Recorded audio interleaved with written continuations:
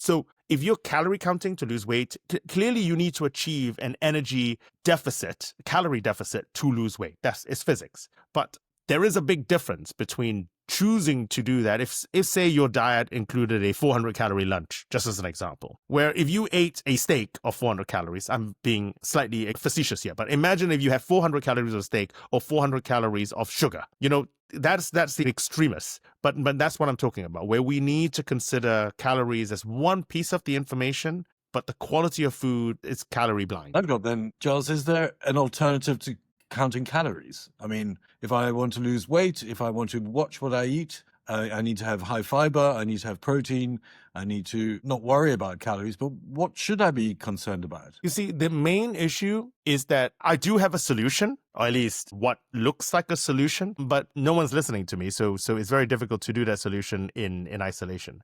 I think the problem is, we have these traffic light signals on our food, the prepackaged foods.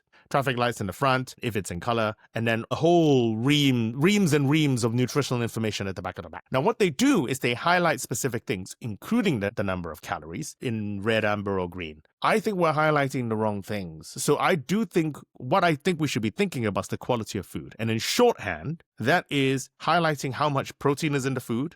Okay, that's the first thing. That's the most important thing. There is also a sweet spot for protein. You don't want to eat too much or too little. You need to highlight the amount of fiber in the food. The more, the better. That needs to be highlighted as well, depending if you're talking about plant foods or about fiber. And I think you probably need to be talking about the amount of free sugars in the food. Now, free sugars are sugars that have been added as opposed to sugars that are stuck in a fruit. All right, so anything which honey, a sugar in of itself, obviously, maple syrup, agave nectar, whatever it is, they're all free sugars because you add them. Whereas a sugar in a prune or something like that is tied up in the fiber. And the amount of free sugars, maybe the amount of saturated fats. But that is what I would do, actually. I would traffic light those 3 to 4 items. And then when you go in and shop, rather than saying that, I need to match my protein, you need to say, well, does this say green, amber, or red for protein?